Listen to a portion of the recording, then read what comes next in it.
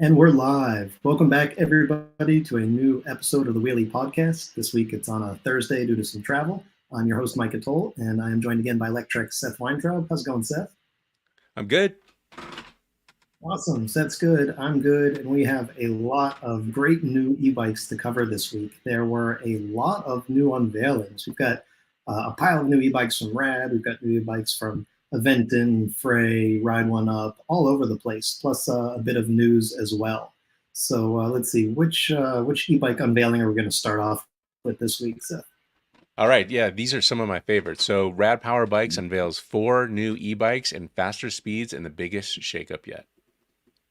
Yeah, this is kind of wild for Rad because every couple years they've done a shakeup. Unveiled a new model here, a new model there, but this time they dropped four new bikes at once, plus their new batteries. So we've got a pile to go through here.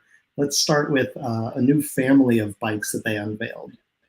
These are the Radster family, and it's two sort of similar bikes. One is a trail bike, and one is more of a road-oriented bike. So on the trail bike, it's got 3-inch tires, which they're calling mid-fats, and then the road bike has 2.2-inch tires. And they've got a few other small differences, fenders, but largely they've got a lot of the same parts, which is like just a whole new array of interesting new components here. Rad's got a new color LCD display that comes with a USB-C device charging port, so you can finally use all of your new cables instead of looking around for those old USB-A cables. Let's see, it's got turn signals on the back of it. Both bikes come with torque sensors, so it's going to have that nicer pedal assist. They're both IPX6 water resistant, so you don't have to worry about riding them in the rain. Of course, they're going to have hydraulic disc brakes because Rad is really making a push towards hydraulic brakes. We've got an NFC key fob now, so you can actually lock and unlock the bike with like a little like quarter size credit card little key fob thing, which just gives you a little more added security that someone can't just walk up and turn on your bike kind of thing. We've got a through axle front wheel hub, which is both a very nice, more like robust component, so it makes a stronger connection to the front wheel, and it's probably in response to a lawsuit that Rad had about a front wheel coming out of a Rad runner, I believe. But whatever caused it, whether it was lawyers or just they wanted to improve the design, it's great to see that there as well. And that's not the end of it. We got more. There's a new 200 lumen headlight, so really bright. If you've got one of those like 100 lumen headlamps, you know how bright 100 is. So this is actually a headlight that you can start to light up the road with. It's not just a little, like here I am, so cars see you kind of light. And then last but not least, both of these bikes, the Radster Trail and the Radster Road, both come with Rad's new Safe Shield batteries. So they've got these new batteries that are potted inside. So they're designed to be even more resistant to some of the damage that might cause fires. Like if the battery was dropped and damaged, or it makes it so it's much harder for water to get into those cells, that kind of thing. So a lot of new parts there, but the entire bikes are both of them are new, brand new models. So it's cool to see Rad just expand into new models like this. That's not the end of it. We're barely like halfway through here. They've got a new Rad Expand 5 Plus. So they've basically taken the Rad Expand that they had and they've brought it into their Plus lineup of bikes, which is like sort of their nicer, higher end family. So the Rad Expand, it gets a lot of those parts that we covered. It's got that new color display with USB-C charging port. It's got the torque sensor, water resistance, turn signals, through axle. It also now tops out at 28 miles an hour. Oh, I think I forgot to mention that on both of the first two. Both of those are also Class 3 bikes that go up to 28 miles per hour. So Yeah, that's huge for me. I think that's like a long time coming, and it makes total yeah, sense. absolutely. Yeah, there's so many new things on these bikes. I completely forgot about the speed on those two. This one is also Class 3. It's got a higher weight rating, up to 375 pounds now. It retains that same folding design. So What's the split on the weight rating? It's like 220 on the 250 on the front and something on the back, or that's a good question. I don't have it in front of me. I don't even remember if that was in the spec sheet that they sent out. because that rear thing looks pretty good. We'll have to look into that, but Yeah, that looks pretty burly there for a folding bike. Like, I don't know if I'd put a friend back there, but maybe a child. Yeah, definitely a kid seat. It looks like you could handle. Definitely will want to double check that. But with 375-pound capacity, I imagine that they're expecting this to serve some utility role like that. Definitely, a kid seat or something. Let's see. You know what? There's a chance I read that off of the new Rad Wagon, spec the 375-pound. That might be, yeah, sorry about that. All of this is right. There's so many new things here. It's hard to keep them separate. So let me correct myself. The 375-pound weight capacity was the Rad Wagon 5. Oh, We okay. haven't gotten to that yet, though. Still on Rad Expand Plus. Let's see, the last couple things are they've added a suspension fork. So now you've got suspension, and then it also gets Rad's Safe Shield batteries. So these aren't the semi-integrated ones like they had on those Radster bikes. These are sort of the original style Rad batteries that are like fully outside of the bike, but these also get updated to the Safe Shield. So a lot of interesting things to see there. But perhaps my favorite of all of the launches might be this last one. This is the new Radwagon 5. So they've done a lot of updates here. The Radwagon 4, a lot of people remember it's kind of infamous for having that 22-inch tire size, which was like almost unheard of in the bike industry. So you really had to just get those from Rad. Now they've moved to a 20-inch. So not only can you actually find these tires in any bike shop, but it also lowers the center of gravity of the bike. And those So are 3 inch wide or 4? they are, it's a good question. I think they're either 3 or 2.5. They look like threes though. Yeah, I would say 3.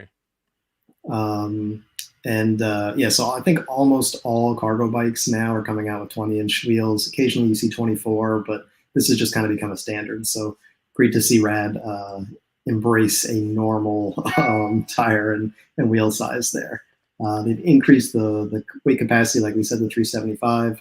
This one also 28 miles per hour. Let's see what else. It gets the turn signals. It gets the through axle front hub. They've got new running boards and new deck pads now, so they actually look a bit nicer in that accessory list. So they're kind of, I think, again with the Radwagon taking it more upmarket, the way we saw them go upmarket with their Plus line and that sort of thing. I Yeah, I would think say the across the board, that's kind of like the idea here. Is like oh, everything's going, absolutely. and if you kind of go back to the original Radsters, those are kind of like their $1,000 you know 26-inch wheel bikes, but these are double the price, but double the amount of features. So Oh, absolutely. Yeah. definitely the theme. Yeah, and I think they were so hammered when Electrek came in. The Electrek XP and then the X Peak, and basically Right. Electrek keeps releasing bikes that target different Rad bikes. They have the Expedition, which a lot of people called sort of like the Rad Wagon killer. So I think Rad has basically said, we don't want to compete on price. We don't want to do this race to the bottom. So we're going to build better bikes, more features, that kind of thing. And it's not just Electrek. There's also a few others like Engway and Hey For sure. Bike and those kind of I don't want to say they're dropship types, but a lot of them they don't look like they've done a lot beyond what comes out of the factory in China. Oh yeah, absolutely. And and I think Red's come a long way because if you remember back in like I think they got their start in like 2015 or 2016 with a Kickstarter, but back then they looked kind of like those white label bikes that we're seeing Right. from the companies like you mentioned. And so the company's definitely come a long way, and now you can see that these design shops really make a difference. And it's been kind of a theme. Like even was it back in 2019? I think when they unveiled the Rad Runner, I think that was sort of the start of Rad really saying like, we're going to do something new, we're going to do something different, and we want to lead with innovation. So the downside is that these prices have really come up. Right. So that Rad Wagon, that's $2,200. Rad Expand 5 Plus, $1,900. The Radster bikes, they're both $2,000. So these Right. are prices that compared to years ago when Rad was like a $1,500 bike company, it's a significant bump. At the same time, it's not as high as they had gotten like a year ago when we were talking about, $2,500 plus bikes. And so, I think Rad is sort of settling in with modestly high prices now, but they don't feel as painful as some of those. Yeah, they kind of start at like 2000, and then there's room for like sales and stuff that, maybe pull them down to, the $1,500 range if they're, really, if you put if you're doing a lot of shopping around and stuff. So Yeah, I agree, and it's good because there's a lot of people in the $1,000 market, but there's not too many people in the $2,000 market. yeah, absolutely. And I think if you want a cheaper bike from Rad, like you want to be in the Rad family, they still have the Rad Runner at what is it like I think it's 1,500 no, something. it's like 12. The original Rad, I think, is like 12, if I remember correctly. Or Yeah, I saw it on sale for 12, maybe. That might yeah, be. it might still be. Oh, that's right, because I think they said that they were going to continue their like holiday sales all throughout the year. So yeah, I think you're absolutely right. Let me see what I can find here on their website. But keep going. Yeah. Yeah, so they still have their more like budget friendly bikes on the lower end, but it really seems like they're making this push towards their plus line and their higher end bikes, which if you're someone who appreciates bikes and appreciates quality, that's great to see. Is it going to price out a few people? Yeah, probably, but it just seems like they've made that decision that they're not going to join this race to the bottom, that they really want to make bikes that they can, say are innovative and different. So I think that's, in a way, that's great. I just hope that it's sustainable for the company, that there's enough people ready to pay those higher prices that Rad can continue to do this. Yeah, it looks like the Rad Runner 2 is at 13.99, and those go on sale occasionally. So you're still able to get a rad bike at close to $1,000. That's where it Yeah. starts. And of course, the other thing is that Rad has such a wide line of accessories now. That's the other thing that really makes a big difference with all of their boxes and cases and pet carriers and battery carriers and everything. So there's a lot to like here, but I do worry a little bit about the financial situation. Are there going to be enough people that want to pay these higher prices for Rad? So something I think to watch throughout the year. Yeah, and I wonder if they've perhaps like said, all right, hey, we're not going to be the biggest company anymore. We're going to instead go for the premium, go for the margins, build bikes that nobody else is building. The new Radster line is kind of a unique, kind of trail bike, kind of like city bike.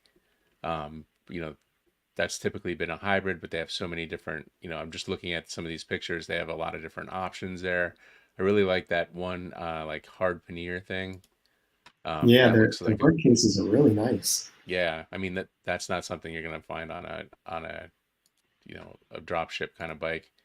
Um, so these are built for like urban commuters that perhaps maybe would be, look at a Bosch type bike before, and now they're going to be able to probably save 1 or 2 thousand bucks, and get still a premium bike, but not have to spend close to 4 or 5 thousand bucks on it. Yeah, well, it's definitely gonna be interesting to see how these do. I think they start shipping in April, so hopefully we'll be able to get our hands on some by then to check these things out.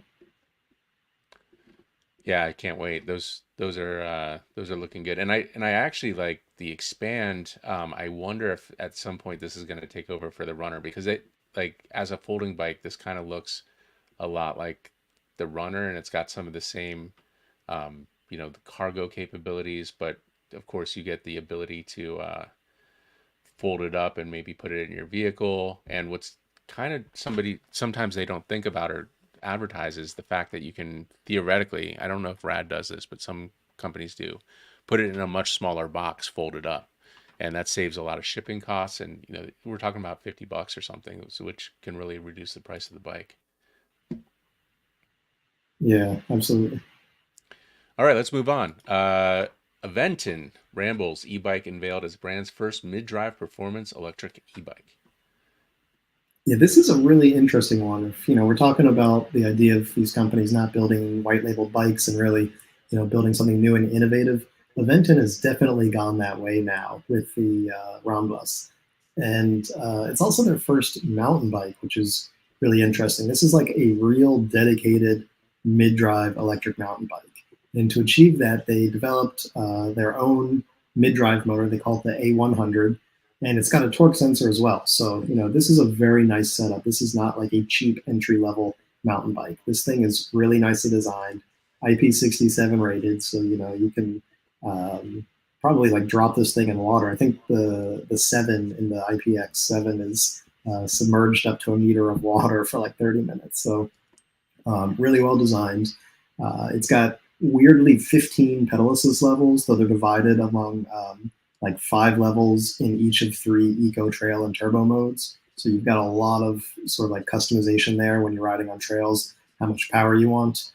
Technically, it's listed as a 250 watt continuous motor. However, it's got a 100 Newton meter torque spec. Wow. So yeah, that 250 watts is like, just a sticker at this point. And I'm actually surprised that they went with that like sort of 250 watt label, because I don't think they sell internationally, or at least outside of North America, where you would need to sort of underrate these motors. At least not their e-bikes. I know, for a while they sold internationally pedal bikes, but I don't think that they were planning for an international market with this, unless they're really planning on expanding that footprint. So maybe that's a clue that they are, with that weird 250 watt designation on a super powerful, presumably like 750 watt peak motor. I think they even said that technically it puts out 750 peak watts. So they're like trying to make sure people know that, like, yeah, don't get scared by the 250 label. Yeah, so Um, maybe you can talk a little bit more about the motor. This isn't a motor I've seen before. This is, is this Aventon's motor? Is this like a rebranded? Kind of looks like a Bafang M600-ish thing. What do you think about yes. this? So here's the thing. They said they designed this in-house. I Hmm. I'm not saying I don't want to take them at their word, but motor design is a complicated thing, and most e-bike companies do not design their own motors, because it's its own like whole other animal. So if they really did design this in house, that's huge. They had to bring in engineers that specialize in this. I mean, this is not uh, as easy as putting together some frame tubes kind of thing. So it is its own motor. It does kind of look like a couple Bafang motors, but I'm not sure that it's like there's none that it looks exactly like. So it doesn't look like sort of a relabeled Bafang motor to me, even though it's got some similarities. And I can't place where it could have come from. So I mean, it does seem to support their claim that they developed this in house and it is a custom motor. It's just, of all the companies, I wouldn't have expected Aventon to say, like, now we're a motor company too. Like, there are Yeah, and motor companies that have gone out of business. there's some gray area too, where like for years Luna would say like, "Hey, we worked with Bafang and we built this motor with its own power curve and all this other stuff," and maybe Bafang's out there saying, "Hey, we're gonna you can white label it with your own specs and your own whatever, and we're not gonna take credit for it, and you can put your name on it." So I think there's probably some gray area where, they probably outsourced to a company like that and said, "Hey, these are the exact specs we want. We have some ideas here, and we want 100 Newton meters of torque and that kind of stuff." Um, but Yeah, you could be yeah, right there. You could be absolutely right. I mean, it's something that again, like, I don't want to like not believe them, but it's just it's so complicated to build these motors, especially a mid drive. Like, there's a lot that goes in there. So if they did, then that's great, and it sounds like great performance. It should be noted here, though, that this is a throttleless e-bike. So I know for Americans, like, throttleless e-bikes that are pedal assist only, they sell at like a tiny fraction of throttle e-bike sales. So like, everything about this I love, but it would be nice to have a throttle as well. Um, yeah, and this is also class one, so it's going to max out at 20 miles per hour. exactly, yeah. So I mean, for me, when I'm riding like off-road single track, like 20 miles an hour is super fast. Like, I Yep. don't I don't like going 28 miles per hour when I got trees like that I can reach out and touch. I don't need to go. That's like when I'm commuting in a bike lane. I want 28. So that doesn't bother me too much personally. Um, but man, like I would have loved to have a throttle. And I will say, throttles on mid drives, it's tricky to do well because it's so easy to mess up. Not for the company, but for the rider to like just make mistakes, shift at the wrong time, and destroy chains, destroy gears, that sort of thing. So I think Aventon was probably avoiding a lot of customer service tickets by not including the throttle, but I think it's going to cut into sales as well. So it's another one to watch. I think it's going to be interesting moving through 2024 and looking at how a lot of these different models do. How many we start seeing out there, that kind of thing. At $2,700, I mean, there's a lot of nice componentry here, but it's a sort of entry level premium mountain bike. I would say this is not like what we normally see from direct to consumer electric mountain bikes. So this is a bike that's up there. You're paying a good amount of money to get good parts, but that that market's going to be a lot smaller than the typical $1,500 direct to consumer market. Yeah, and what about also the 32 volt versus the 48 volt drivetrain? Like, obviously Broza, Bosch, they kind of work around the 36 volt, but more of the previous event and stuff, buffeting stuff is going to be 48 volts. What do you think about that decision to go 36 volts? Yeah, absolutely. I mean, it's almost not seen anymore on throttle bikes, at least in the US, but for pedal assist, a lot of companies still get away with it. I mean, I say get away with it, it works just fine. But when the rider is putting in their own power, then the difference between 36 and 48 is just not that big of a deal. It's easier to get more power with 48 because you don't have to increase the current. If you have the Mm. same amount of current, which is where all that heat buildup comes from, then upping the voltage is just like a cheap and easy way to make more power. But with the rider pedaling, I'm not sure it's that necessary. In this case, it means they had to go with a lot more amp hours, so it's probably like 18, 19 amp hours, something like that, to be able to get that 708 watt hour battery.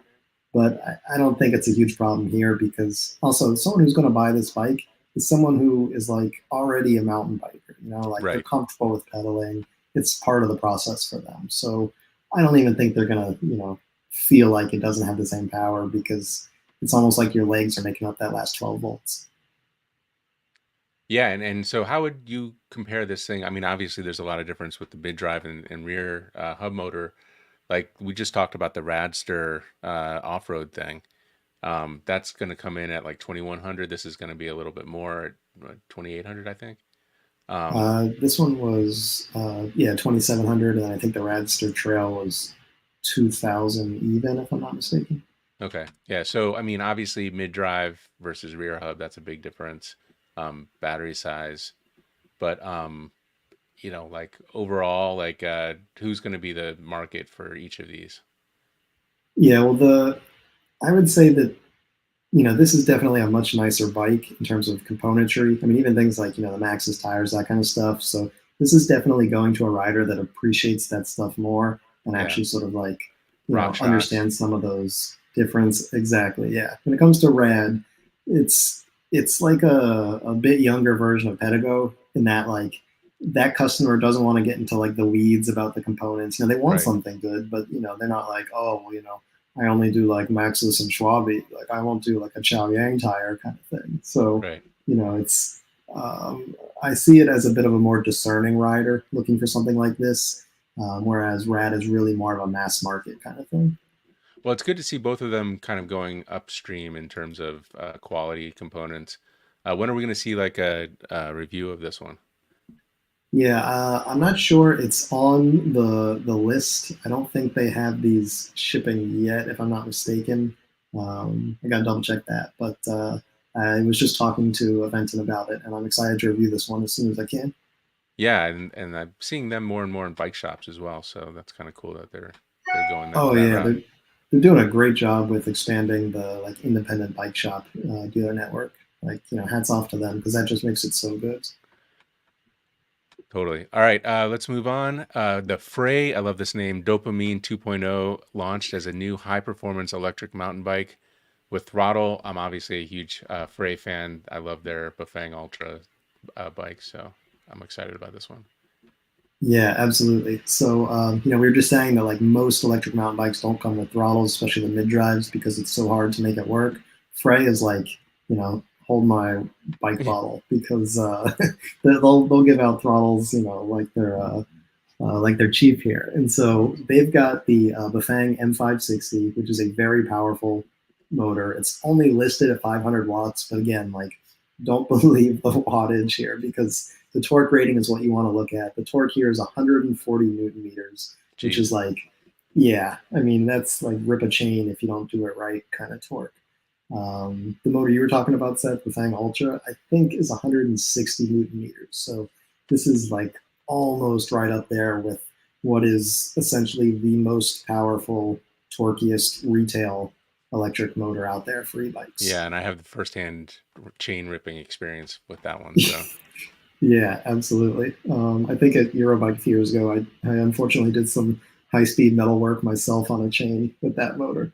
So I think these all come with gear sensors now, which is helpful for preventing some of that user-caused damage. But it is something to watch out for with these super torquey motors. But there's more to this bike than just the motor, even though that's really awesome to have that power and throttle on an electric mountain bike.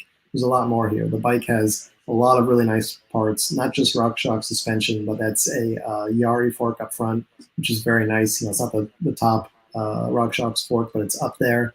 They've got a pretty decent deluxe rear shock there. They've got the a lot of travel on that one too, it looks like. yeah, that's where's the spec on that one? I would guess. 160 millimeters. That's a little over 6 inches on Wow, the front. Yeah. On the rear, I'm not sure what the rear was. The front was 160. definitely a lot of Um, travel. let's see, it's got the SRAM NX11S drivetrain, so you've got those 11 speeds. Again, like, not the top of the line SRAM transmission, but still a very good one. The quad piston hydraulic disc brakes, the Magura, they're either MT5Es or, shoot, where's the spec? They're like either the top or almost the top of the line of Yeah, the Maguras. MT5Es. Exactly, yeah. So, very good electric bike specific brakes. Basically, FREY is always known for putting really good components on these bikes, but still giving a more than reasonable price because this is basically factory direct. This is competing with like the high bikes and Specialized in Canada and those kinds of companies. It's going to be a bit heavier, not like quite as refined, but it's competing with a lot of these like six, seven, eight, $9,000 bikes, but it's priced at 49.80, so basically like $5,000 because you're getting it straight from the factory, and because the label is a Chinese company instead of a Swiss or American company that builds their bikes in China. So Yeah, and I would say like you say competing, and that's true in a lot of areas, especially components. But like when you talk about the motor, it's totally a different. You have a Bosch that may go up to 28 miles per hour and put out 250. Like haha, maybe 500 or 750 watts. These things throw out like tons of power, and it's not weird to see these things go 35 miles per hour. They are just insane. So absolutely. so it like there are a lot of comparisons to be made, but like where China and where FREY kind of differentiate is that they're heavier motors for sure, and they're obviously Bafangs versus Bosch, but they do different things. I would say. I mean, you're talking about a whole 10 miles per hour faster. Yeah, absolutely. I mean, that's a great point. When I say competing, I guess that's more on the component side than the performance side. The performance is like night and day. Yeah, and that's not free really. Those motors are much heavier than the Bosch motors, but they put out so much more. So it's a it's a trade off. A lot of people are willing to do. Yeah, absolutely. I was on a group ride once with a bunch of FREY bikes, and the guys actually went up the downhill course, like made sure it was closed first, but they just like rode right up that thing. Yeah, yeah. I mean, we kind of did something similar at Interbike back in at Reno when that was still happening, but those were on Bosch things, and I believe we were going up at like 5 or 10 miles per hour. So it was Wasn't quite as exciting, I bet, as the FREY experience. Yeah, at least you'll need a chairlift. That's right. All right, let's move on. Ride1Up. So I love this company. They make the perfect like Broza motor stuff. They have the limited V2 launched as a new torque sensor electric bike. Yeah, so this is an update to the original Limited, which they sunsetted in order to make room for this bike, which has some interesting new upgrades. Now, this is very much like a commuter style bike, so Ride1Up has really expanded into different areas, but this is sort of a return to form for their original focus, which was as a commuter bike. Probably my favorite update here is that it now comes with a torque sensor. Anyone who actually pedals bikes will know, or pedals e-bikes, I should say, will know that the difference in feeling is just so. I mean, just makes such an impact on the ride because a torque sensor, it gives you that responsive. There's no pedal lag when you start to pedal. It's more intuitive feeling. When you push harder, you actually get more motor power as opposed to just getting the same power out of the motor, no matter how hard you push with the cadence sensor, that kind of thing. So I really love seeing that they brought the torque sensor into this model again. And to me, that just makes such a difference. Let's see, they've got the new Rienshin battery here, Samsung sells, which is always great to see. I don't see anything about it being UL listed, so I'm not sure that this is a UL listed battery, which a lot of the industry is going for. But this is also a lower cost bike. This is I think $1595, $1600. So Ride1Up is always aimed for having more budget options as well as a couple of these nicer bikes we've seen. So it wouldn't surprise me if they haven't paid for that UL certification there, which is not cheap. But it does have some nice parts on it. It's got those WTB Groove E, so they're e-bike specific 2.4-inch tires. At least for me, for commuter bikes, I always like having a little more meat down there. Like the 2.4, 2.5-inch tires. It's when you hit a pothole, it just makes such a big difference to have like a little bit more air capacity down there. It's also got a 100 millimeter fork. It's a Suntour. I mean, Suntour does make some nice forks. This one is not particularly high up on the line, but it's fine. Some other components like the Shimano 8-speed, it's fine. I think it's a Tourney, if I'm not mistaken. So again, not the worst, not the best in Shimano's lineup, but like we said, this is designed to be affordable while still giving good performance and good components. That torque sensor, you rarely see them on bikes under $1,500, so great to see there. And to me, this is just like a return to form for Ride1Up to have another really good option in the affordable commuter space to get 28 miles per hour, hydraulic disc brakes, torque sensor, all of that in $1,600 with the fenders included, by the way, is a big deal. If they could have included that rack, I would have been like over the moon. But they got to have a few add-ons so that they can make some money on accessories, I guess. So I can't really fault them too much there. One last thing that I think was kind of neat is that they offer 2 different handlebars here depending on the style. So if you get the step over, it's a little sportier. You get the sort of halfway between like straight bars and mountain bike bars. Then if you get the step through, they're a little more cruisery, a little more swept back for that like sort of upright, not beach cruiser, but more in that direction kind of riding posture, almost like a Dutch bike kind of thing. So it's interesting that they actually differentiate between the 2 models when it comes to the handlebars to give it a different kind of ride and feeling. In my opinion, the step through is like so chunky looking, the frame there. They've got Yeah. that huge gusset on it to make sure it's strong enough, which I guess if you have to choose between looking good and being like robust, probably better to make sure it doesn't break. So, props to them there. But I definitely prefer the step over, in my opinion. Now, did you mention that the tires, these kind of look like Schwalbe Big Bends, but and which are one of my favorites, and I know Ride1Up seems to like know what I love, but do you know if those are Schwalbes or Uh, something else? no, these are WTBs. They're Okay. it's a tire called a Groovy, Okay. with the E Got it. being for electric, I believe. Nice. And then 2.4-inch wide.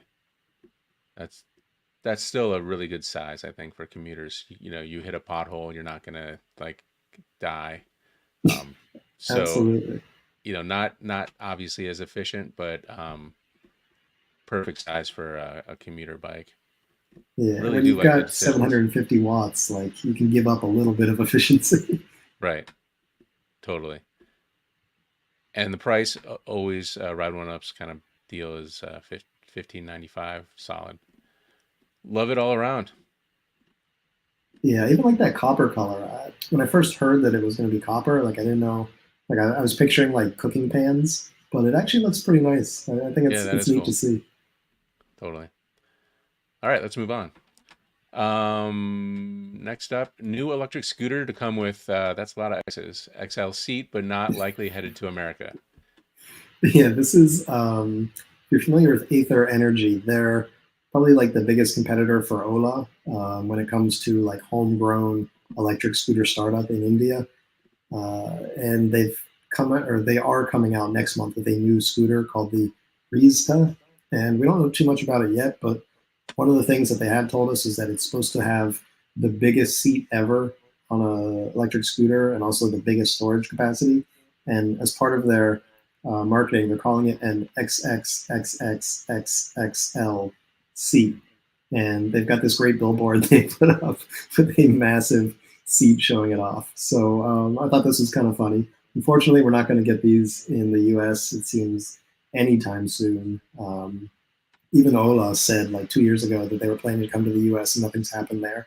So there's a lot of interesting Indian electric scooter startups, but the market in India is just so huge that I don't think they even care about North America. Like the difference in market size, we're like a drop in the bucket with our two-wheeler market. So fortunately, I don't think we're going to get these, but I can imagine there are a lot of people that when they hear that there's an XXXXXL seat, they kind of like their ears perk up, like, oh, that sounds pretty comfy. So maybe there is a market here in the U.S. Yeah, I feel like there's a US is too fat joke to make, but I'm not going to do that. All right, let's move on. Kandi's new collapsible electric golf cart is the latest tiny EV coming for your neighborhood. I am kind of in love with this thing. I have like this weird attraction to weird electric vehicles, and this is like tickling all the right parts of that EV fetish that I have. This is a mini golf cart, basically. Like it has all of the things that you need to be a golf cart, which is basically like 20-mile-an-hour speed, um, four grass tires, and forward and backward seats. But it is collapsible, so the whole thing like shrinks into itself. Basically, the front wheels and rear wheels come closer together. The wheelbase shrinks, and then it becomes super short. I think it's like less than 5 feet when you shrink it down, so you can like store it in your garage without taking up very much space. And then you pull it out, and it just like extends itself into a full size mini electric golf cart. The funny thing is that it's only a two-seater, despite having a front and rear bench. I think based on the pictures and seeing the models on it, that you could probably fit like four narrow people on it because the two models seem to have a little bit of space next to them, or perhaps like an adult and a child in the front seat, and then a few kids in the rear. But technically, they call it a two-seater. It's pretty low power. It's actually listed at either 1 kilowatt or 5 kilowatt on different spec sheets I found for it. So I think the company can't Jeez, quite decide. Yeah, that's a big difference. I'm guessing it's closer to the one based on the size of the motor in the back there. I mean, Okay. my mini truck has a similar, rear axle motor just like that, and it's I think 3 kilowatt, and the motor is a lot chunkier than the motor on here. So I'm thinking that's going to be more like a 1 kilowatt. But the good news is that all of these Asian companies, they always rate with continuous power instead of peak power. So, if you're talking 1,000 watts continuous, then yeah, it's probably putting out 2 or 3 thousand watts peak, which for a small two-seater golf cart that rides on basically like sidewalks and multi-use trails is probably enough. I'm imagining, like it's not a hot rod. But the best part of all, I think, is the price. Golf carts, if you're not familiar, are like crazy expensive. They could be like $10,000, $12,000 in the U.S. But this thing is priced at $5,000. So half the seating capacity, but also half the price and probably takes up half the space in your garage. So for all the people out there that are like, yeah, you know, like maybe a golf cart would be useful for getting around the neighborhood, but I don't want to shell out $12,000. Well, $49.99 might just be enough to, win some people over. I would absolutely drive the hell out of this thing if I had one of these. Like, I just think it's so awesome to have, like, utility cart functionality in something that fits in like a bicycle parking spot. Like, it's basically a non-sporty go-kart at that point. I don't know. I feel like you're less jazzed about this than I am. So Well, I'm like my initial thought is like I have a Ryobi lawnmower that costs around $5,000. It's got a motor that obviously, powers the actually the motor does not power the blades. They're two separate extra motors. But when I go in the wintertime, I put a plow on it and I take the motors off, and it's actually quite powerful and pretty fast, like, surprisingly fast. And I think it probably hits 10 miles per hour uh, with, with a big snowplow on it. So for me, I'm like, that's like, I would much rather have that thing than, Ryobi's a Japanese brand, but they're all over the place. They have tons of smaller electric stuff. They make, drills and, power tools. And, that thing's pretty sweet already. So what does this get you that doesn't have? Obviously, there's two seats here, or three or four, depending, how you look at it. It's got some, options to put a cover on top of it, um, which is cool. But I kind of feel like the Ryobi would be more fun, you know, like it would be you would be able to do all this stuff with, a little creativity on Ryobi's part. And then you have the utility aspect where you have the torque that you can push a snowplow around, or you can throw some blades on there and mow your yard with it. So for me, like I like the idea. I definitely, mini golf carts make a ton of sense, but I have to wonder if the price is like dare I say a little high for something like this. Maybe 2 or 3 thousand bucks would make a lot of sense. But then, you we're talking about like shipping him in the box and getting him over here and all the other stuff that probably costs $2 or $3,000 by itself. And you got to have some margin as well. So, um, yeah, like you said, I'm not quite as on board as you are because I have something very similar to this already. But at the same time, like if this opens the market to more stuff, then I'm cool with it. man, he rained all over my mini electric golf cart parade there. Now I'm like, well, maybe I should just get a lawnmower if it's the same price, then I can mow the lawn. But then you've got like you look like in what was that movie Can't Buy Me Love, where he like rides off with the girl on his lawnmower at the end. That's not Uh, a bad thing. That's a good thing. yeah, I feel like my wife would be more likely to get on the golf cart than on a mower with me. But it is hard to discount the fact that only one of them can mow your lawn. Yeah, and I leave so when I turn it, in the wintertime it turns into a, not that we have big winters in New York anymore, but um when I put the plow on, I take off the thing and it's got quite a lot of room underneath where the blades are. So it actually goes off road pretty well. It doesn't have all-wheel drive. I don't think this thing has all-wheel drive. But it actually gets around pretty well. Like you can go up steep hills, I can push a plow. So it kind of feels like Ryobi might have something here. If they say, "Hey, we have this platform, we're already selling tons of them. Why not, put a bigger seat on it and put a thing over top of it, and all of a sudden you can have like a multi tool, which Ryobi knows pretty well." Yeah, that would be interesting. Huh. Or it'll be little electric golf cart. I Yeah, like it. and there's a lot of other electric ride-on mowers, and they're all in the 5,000-ish range. So I'm sure they're all made in the same factory in China somewhere. All right, let's get to our questions. Carl in San Diego's verbose as always. If anybody out there has a question, I see a lot of people online right now, 581 people. I think most of those people are on Twitter. If you have a question that you want us to answer, make sure you put it in the comments right now. We'll get to them in the next few minutes here, but we'd love to hear from you.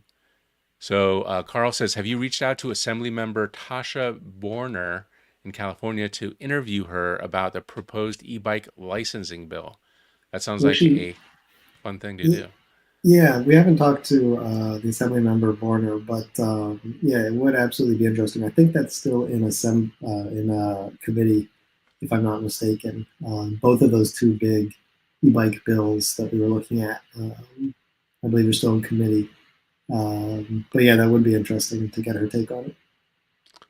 All right, and then following up, have either of us ridden a Tadpole recumbent trike yet? It's kind of Mario Kart in real life. Micah, reach out to Cat Trike, who manufacture and are based in Florida. What are your take on that? I know we rode trikes at one of the Euro bikes or something. Yeah, I don't think I've done a tadpole recumbent though. I was looking Oh yeah, recumbent. into one of them several years ago because I wanted to just put like a ridiculous amount of power into it and turn it into like a go kart, basically.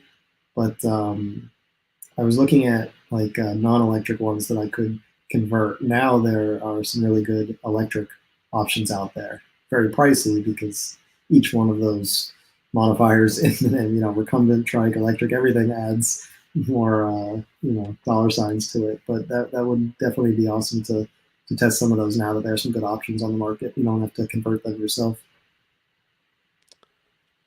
All right, moving on.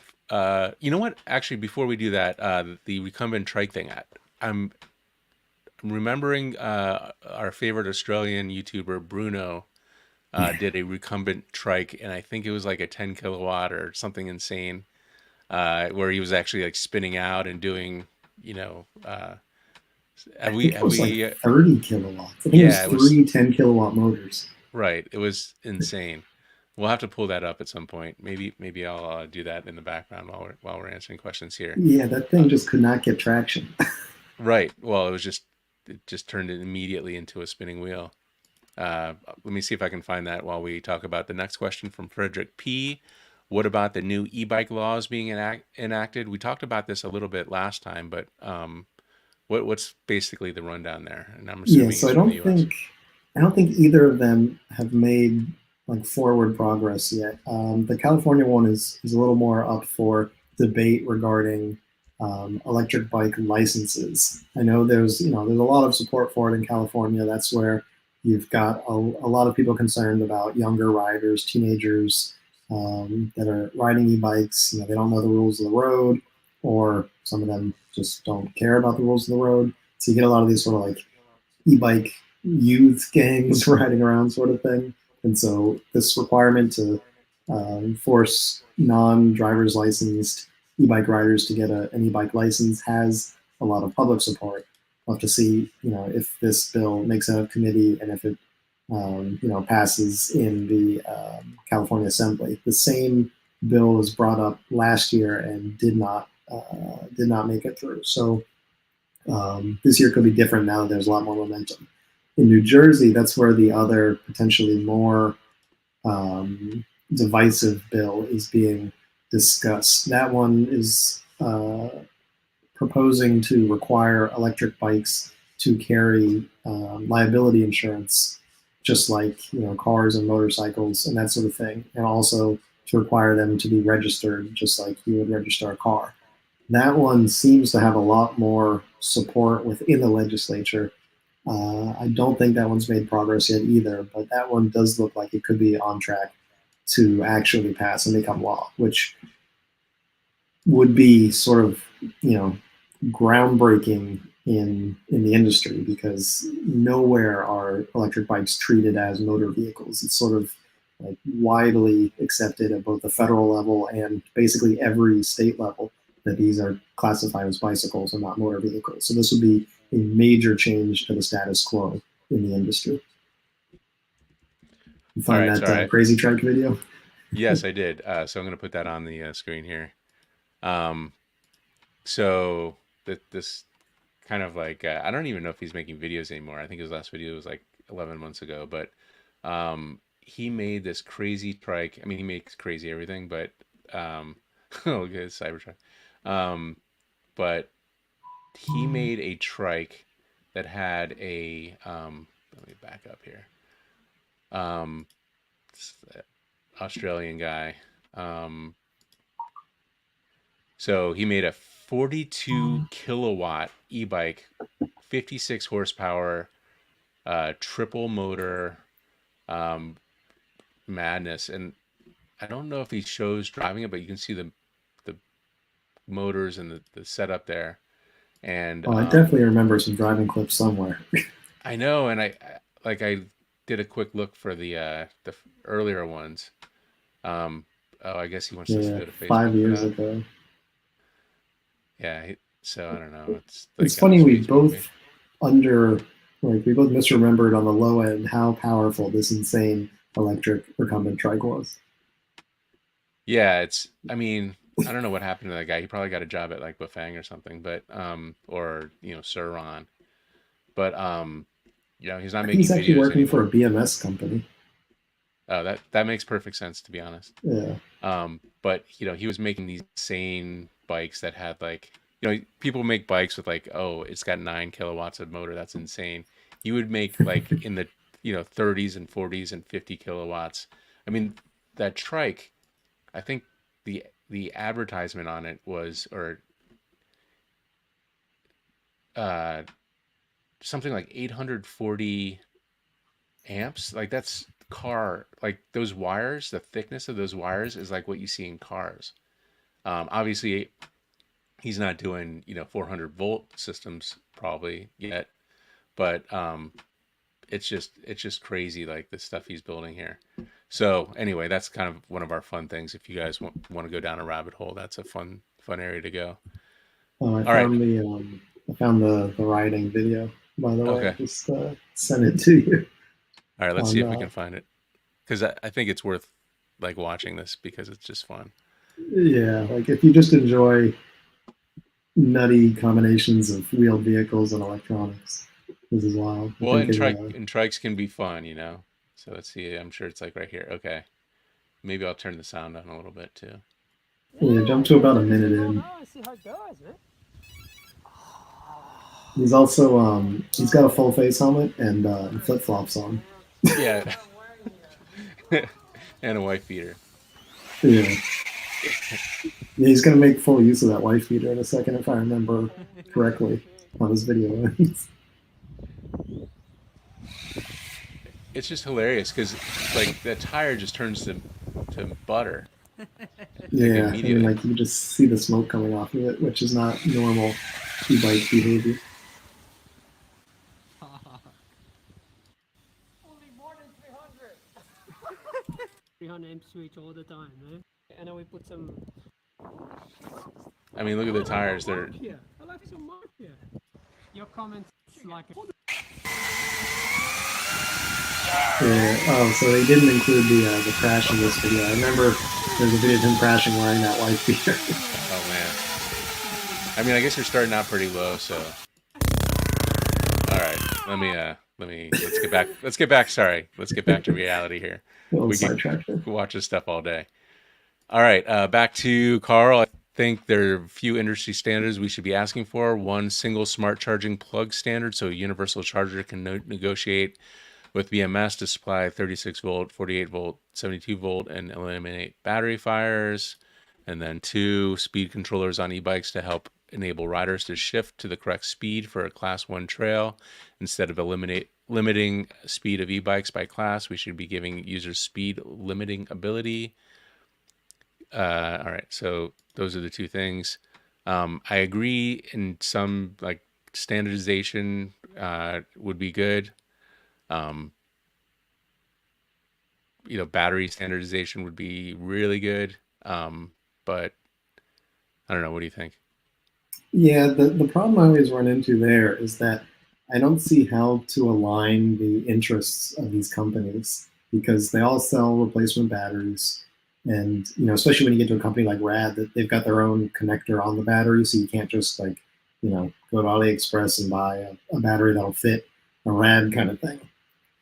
And so it makes up a big part of their revenue selling all of these replacement parts, especially the batteries. And so I just don't know how we can incentivize these companies to standardize around a single design when that's a big part of their take home. Yeah, we were kind of hoping that the regulations around building um, uh, fire safe batteries would do that, but we've seen that Rad went in the direction of building what is that called, potted batteries, and then other Yeah. companies are doing other things. So even that didn't kind of make anybody uh, standardize much at all. Carl in San Diego says, good move by Rad. It costs money to build sustainable, high quality stuff, and the race to the bottom gives everyone the impression that micromobility tools are disposable. Yes, that's something we should also talk about, like disposable e-bikes that, like the $400 ones you see on Amazon. That's not good for anybody. It's not good for the environment. So that's something we kind of glossed over, but something we should bring up. All right, let's get into Stromer. So Carl brings up Stromer bikes. These e-bike companies should all have bought one and reverse engineered it. I don't love the proprietary part issue, but car replacement demands a great first ride, I guess. So Stromer's a bike company that is kind of weird because they are extremely premium. Prices are up to 10,000 beyond, but they're also rear hub motors instead of mid drives. And like, this is my personal experience. I know a lot of people have different experiences. It was fine, but it wasn't anything insanely good to me. Like I thought it was a good bike, especially for a rear hub motor.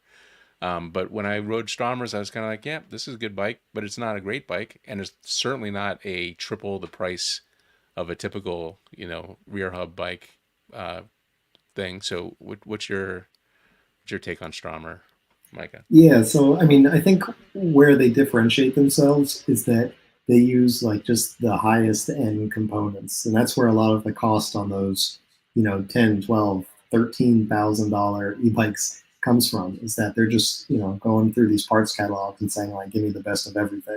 And then they put them on these bikes. But a lot of these parts, part of what makes them expensive is that they're super lightweight, but then you put it on a heavy, big old e-bike with a big rear hub motor, and you kind of negate some of those weight gains. Then, I mean, a lot of these bike parts, yes, you get these like small incremental gains when you pay another like you know $2,000 for electric shifting kind of thing. But for the majority of riders, it's just not something that they've even ever considered. Like that, I want my bike to shift for me, and I don't want this cable here. I want it to just like think and send the signal to the transmission. So like, yeah, it is all like super nice components. A Swiss bike is going to be a Swiss bike, right? But it's just so much over the top for what the average consumer needs. But Yeah, that's capitalism, right? If you got a bunch of money and you want the best, you can go right. get the best components. Yeah, and they're I'm sure their replacement and warranties are all top notch. So, but that starting price is just unthinkable for a lot of people. All right, Theodis James says the e-golf cart that we talked about was great until that price drop. Yeah, I mean, I have to say that price, like, I love the idea. I love the thinking there. I just wonder if um, I'm actually surprised in your weird Alibaba searchings you didn't see something half that price or something. Yeah, it's I've seen a couple like weird expanding golf carts, but nothing quite like that. It's a market that I feel like is underserved. The mini Yeah, collapsible golf cart. yeah, and the more the merrier. Let's try some stuff. Let's make some stuff happen. I'm not mad at it. I'm just that's where my mind went to my Ryobi. Um, uh, back to the Tadpole trike. He's got a Bafang HD on it that hits 35 miles per hour. I kind of think the Tadpole trike may be a cool way to make a 35 mile per hour vehicle. I think that's pretty safe, like if you're not Bruno, and pretty Saving it. easy to make a fast bike, low horsepower required to get up to that speed because of the aerodynamic advantages of being low, and also Yeah. some, if you're gonna be on three wheels, the tadpole trike is a good form factor to be on. I guess Bolton Bikes guy is making a 55 mile per hour one. I would not want to go 55 on a trike. Chains are longer, obviously. I wonder if there's an opportunity to do a pedal by wire on those. Just put like a little generator in the front, Yeah, wire it the back, shapeful drive. Yeah. and then nobody would ever pedal, but who cares? All right, then you need a pedal foot retention on these trikes. If your foot falls off, your whole leg gets sucked under, and you break bones. Okay, now I'm no longer a trike fan after that. Yeah, that's a good note to end on. I mean, important to note, but yeah. All All right, so right, I think that's I it. think that's all of the comments for this week. Thank you guys, everyone, for tuning in. We'll be back in another 2 weeks on our normal Friday time slot. So we'll see you next time, everybody.